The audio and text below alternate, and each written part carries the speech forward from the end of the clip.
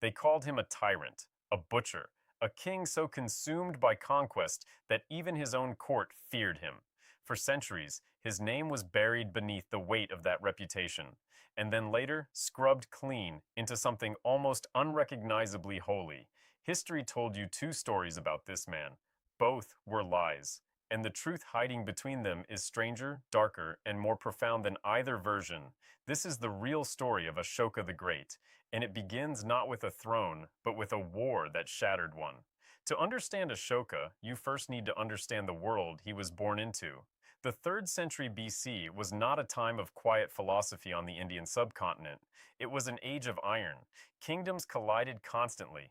Armies moved across vast distances, burning what wouldn't submit, absorbing what did.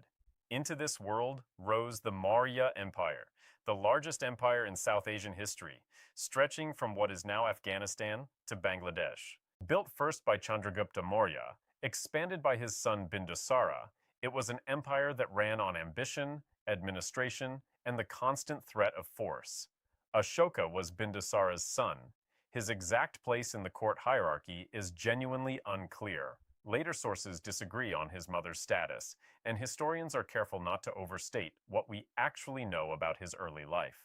What we do know is that he was given military responsibilities early. He governed the provinces of Taxila and Ujjain. He was not a man who spent his youth in comfortable obscurity. He was being tested. When Bindusara died, a succession struggle followed. This much is historically plausible. Power transitions in dynastic empires almost never happen cleanly. Later Buddhist chronicles, texts like the Ashokavadana, claim Ashoka killed dozens of rivals to secure the throne.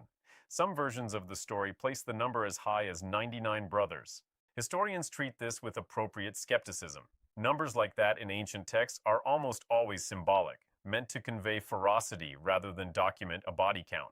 But the core idea that Ashoka fought ruthlessly for power, that blood was spilled, that he was not gentle in his rise, fits the pattern of the time and is considered historically plausible, even if the dramatic details come from legend, not verified record. What followed was years of conventional imperial governance, expansion, administration, the management of a vast and fractious empire. Ancient sources describe a ruler known more for severity than mercy. There are later stories of a notorious prison, tales of a king who understood power in its most uncompromising form. Again, historians note these accounts come from literary traditions written centuries after Ashoka lived and should be read as moral parables about transformation rather than literal documented history. But they point toward a consistent picture. Before Kalinga, Ashoka was a king shaped entirely by the logic of empire. And the logic of empire in that era was force. Then came Kalinga, and everything changed. Around 261 BC, Ashoka launched a military campaign against the kingdom of Kalinga, modern-day Odisha on India's eastern coast. Kalinga had remained independent, and independence in the logic of an expansionist empire is always eventually treated as a problem.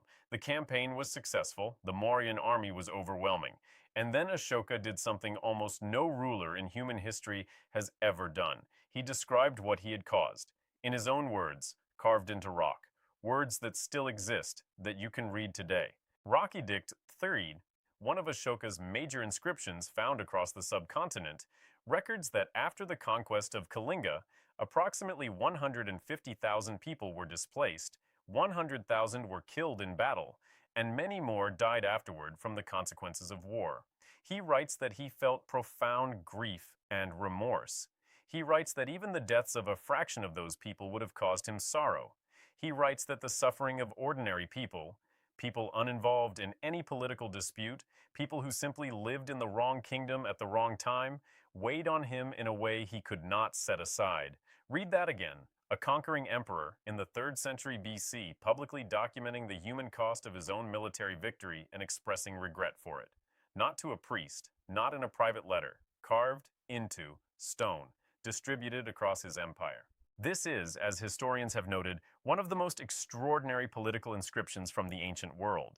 There is nothing quite like it anywhere else in that era. This is the moment history usually rushes past toward the comfortable story. Ashoka became a Buddhist, became peaceful, the end. But pause here, Because what is actually happening in that inscription is not a saint writing poetry. It is a powerful man in full control of the most formidable military force in South Asia, confronting the moral reality of what that power had done.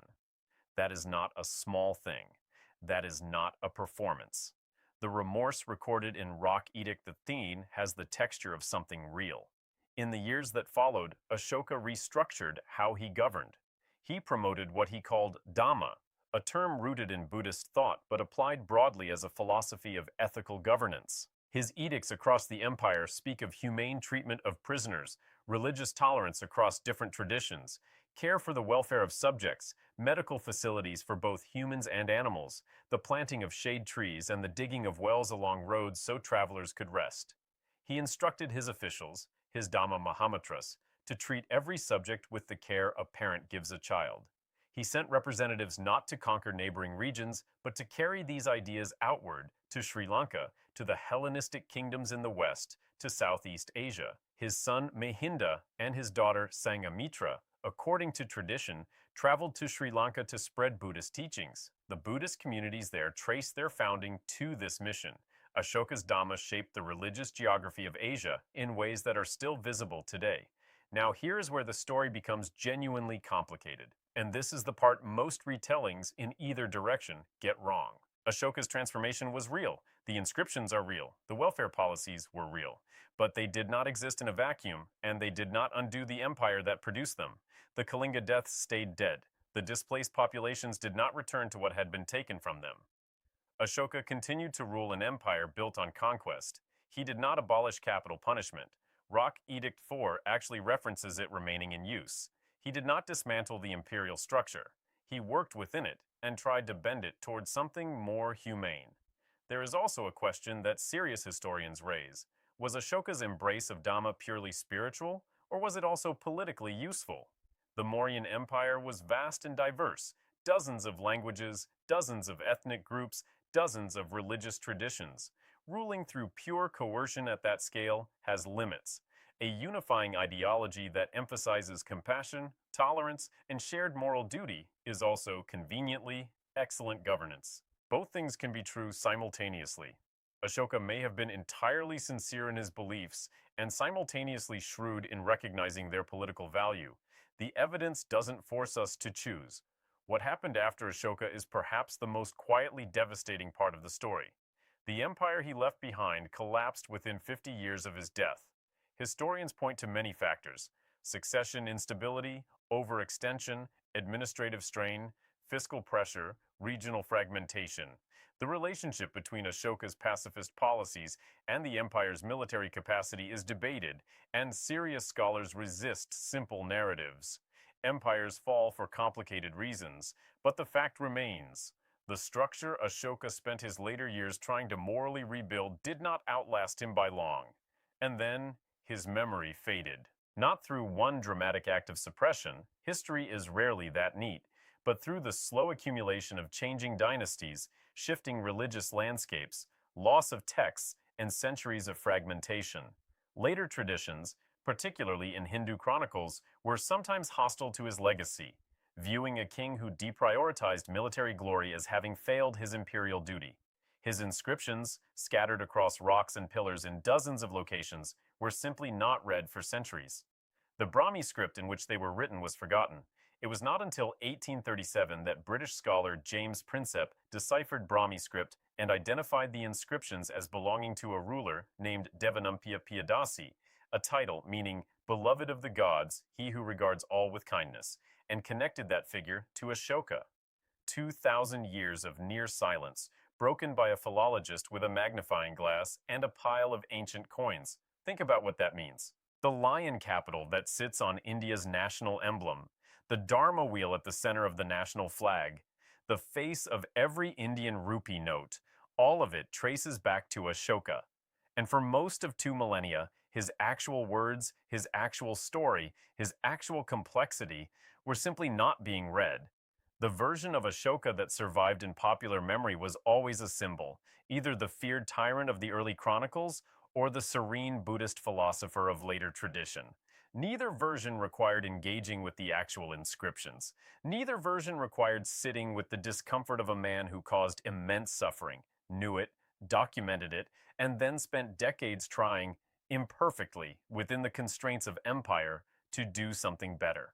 That discomfort is the point, because the most important thing Ashoka's story teaches is not that power corrupts, or that religion redeems, or that violence always leads to remorse. The most important thing is far simpler and far harder. Accountability, when it is real, does not look like a performance. It looks like work. Quiet, systematic, unglamorous work. Wells dug along roads that nobody named after him. Trees planted along highways. Officials dispatched not to conquer, but to listen. Words carved into stone, not to celebrate himself, but to communicate directly to the people his empire affected. We live in an era obsessed with the aesthetics of accountability, public apologies, rebranding exercises, carefully worded statements. Ashoka's inscriptions are interesting precisely because they don't read like image management. They read like a man genuinely struggling with what he had done and choosing within very real constraints to redirect his enormous power towards something less destructive. He didn't erase the past. He didn't pretend Kalinga hadn't happened. He named it. He quantified it. He let it change him. And then he built on top of the wreckage, not to hide it, but because that was the only ground he had. History buried that story because it was inconvenient. A king who admitted fault, who elevated moral governance over military expansion, who asked his subjects to question cruelty, including his own, that king was a problem for every king who came after him. So the legend was simplified, the inscriptions were left unread, and the most honest royal document in the ancient world sat in silence on a rock face somewhere in India while dynasties rose and fell around it. The stones refused to stay quiet forever.